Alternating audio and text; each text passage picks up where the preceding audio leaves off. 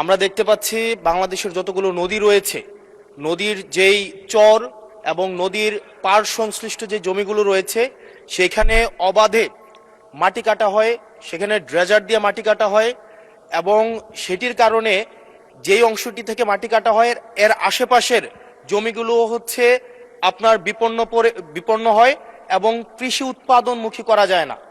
যার ফলে যেটি হয়, আমাদের বন্যার সময় যে নদীর পার যেগুলো রয়েছে সেগুলো ভেঙে যায় এবং বন্যার সময় আমরা হচ্ছে যে ক্ষতি হয় সেই ক্ষতিটি 2 গুণ বা 3 গুণ বেড়ে যায়।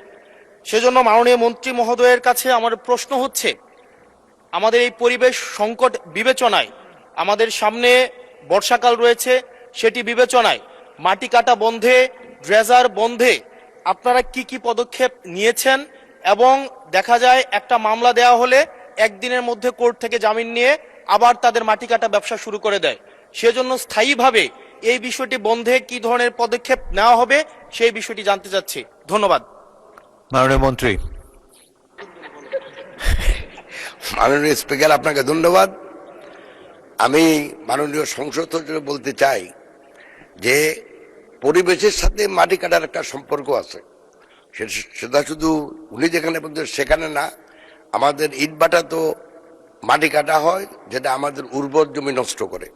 সেজন্য আমার মন্ত্রণালয় যথাযথ পদক্ষেপ নিয়েছে যাতে করে এই ধরনের অবাঞ্ছিত মাটি কাটা বন্ধ হয়। তবে উনার পার্টিকুলার এরিয়ায় যদি কোনো সমস্যা থাকে দয়া করে যদি উনি যোগাযোগ করেন তাহলে আমরা খুব তাড়াতাড়ি এবং তড়িৎ গতির ব্যবস্থা নেব ইনশাল্লাহ। আপনাকে ধন্যবাদ মাননীয় স্পিকার।